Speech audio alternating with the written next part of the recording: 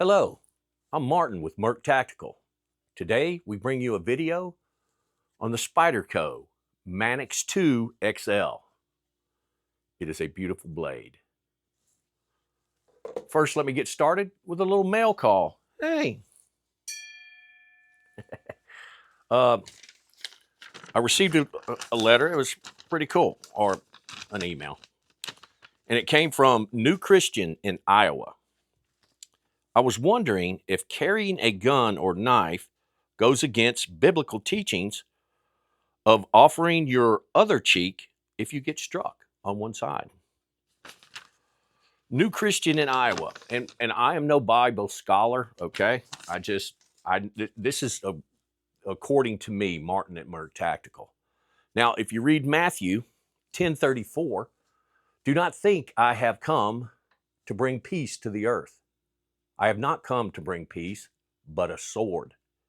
Now, you have to really read all of Matthew 10 and meditate on it to understand. But to me, that was coming right from Jesus. That's what he said. So I think it doesn't go against biblical teachings to carry a knife or a gun. It doesn't say that. So just love your neighbor as you love yourself. That's the word that is taught. So that'll be good. I hope that answers your question. And do some more research and maybe talk to your pastor or whoever your spiritual leader is and ask them if you still have questions. But that's what it is, what I think. Okay, let's get into our video. This is the Manix XL, Manix 2 XL, Spyderco, from Spyderco. Let me go through the specs. So the overall length is 8.94 inches. All right, closed is 5.09 inches. And the blade length, the blade thickness is 0.125 inches, which is nice. It's got a good spine on it, I think. It's really nice. And the whole blade length is 3.85 inches. Whew, it snaps out there. The locking mechanism is a ball bearing, what Spyder calls is the ball bearing locking mechanism. And it's pretty cool. You got to watch your fingers, though, if you close it. It's best just to close it with two hands. But, you know, you get fancy and you can close it. If you get your fingers out of the way, it'll grab you. And it'll really put a whipping on you. All right. The grind is flat. Very beautiful. And that's its basic specs. Oh, dang it. The steel. CPM S30V. Good steel. Good sharpening, holds its edge. Edge retention's good. Easy to sharpen, too. So that's good. And let me see, we'll go into some more stuff. Oh, now we make this at MYRK Tactical. It's a sheath for tactical deployment. And it snaps in there good. Very good. And you can put this on your pack if you wanted to. It can hold like right there. On your belt, back in the back. Easy to conceal. Then you can just pull it out. Because I took the clip off. And I want to give you some history on Spyderco, which is good. I took the clip off so it would fit in my sheath, but you don't have to do that. But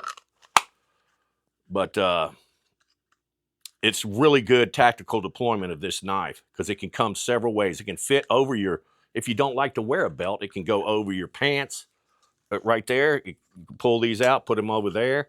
Put it inside your pocket, put these clips on the outside of your pocket, and carry it in different ways. So, and you know, I don't know if y'all ever watch those videos. I kind of like watching the videos of the solo campers, you know, 6 most disturbing camping videos. But a lot of them, they're girls that solo camp, and I worry about them, you know, and they don't even have a knife, and they're in their tents. They're like thin tent. I hear some footsteps outside. You know, at least carry something. You never know when a rabid fox might run up or something. You can always have this right there. This is a good knife. Either way, I mean, it's a good sturdy knife. It's easy. You'll keep it closed, keep it in your purse, whatever. But you might want to think about it. I worry about them when they're out there. Now, I did see one video. A girl had a gun. She just cocked and locked and loaded. And so I didn't worry about her. So now we'll get into some cutting things, but let me give you some history on Spyderco. It's pretty neat. It was founded by Sal Glesser, and the name Spyderco was coined by Glesser after he noticed that many high-performance sports cars had the name Spyder in them, which he started Spyderco. The first produced product that he made was a thing that he called the portable hand.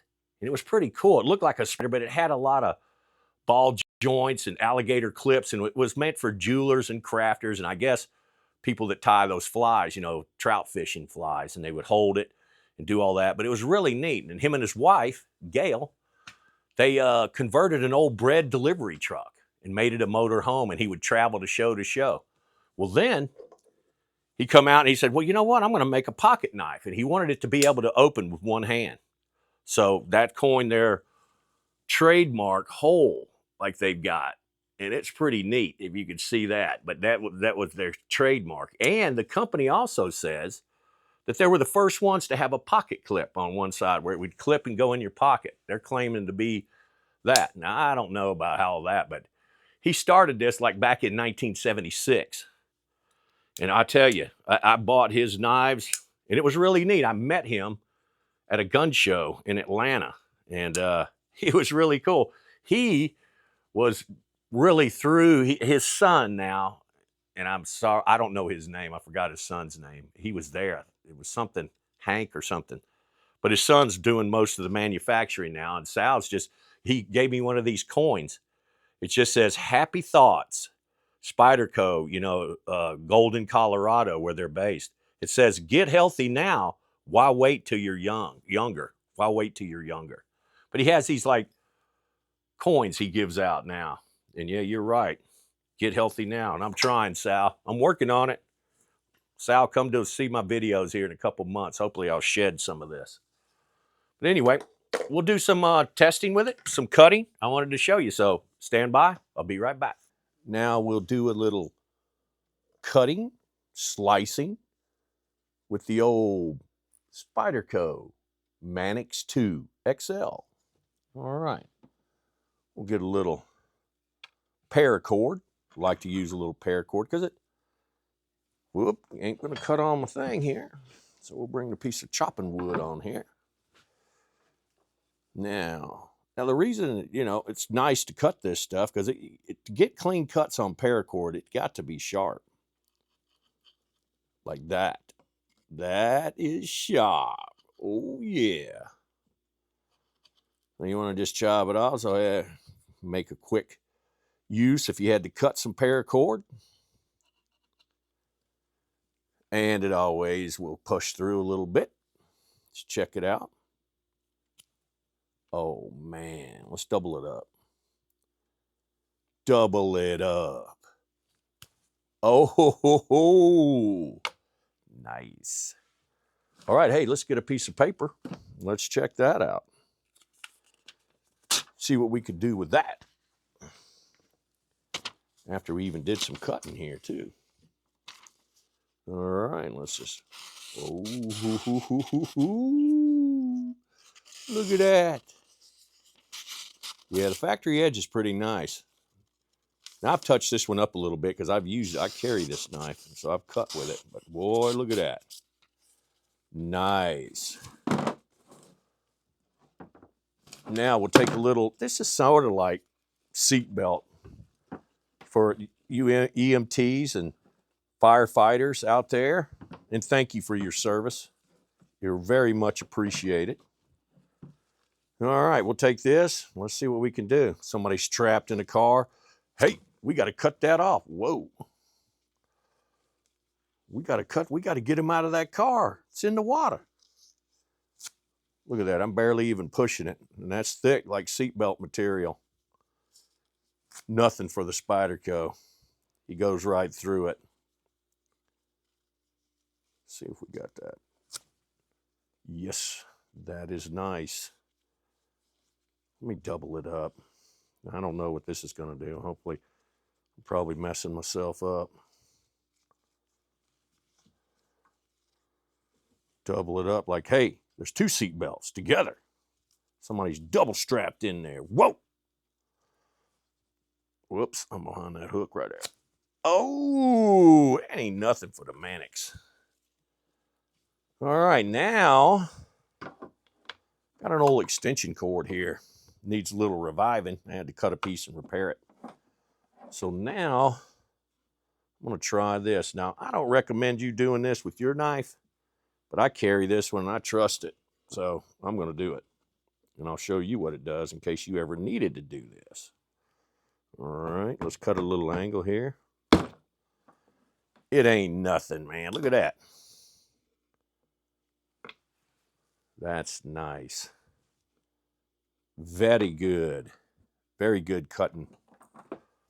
No problem. Now I'm going to just touch it up like I shown in my past video. If you ever had to, like right here. And let me give you another tip too. Always clean your blade off after you've used it in a working task or whatever you're doing.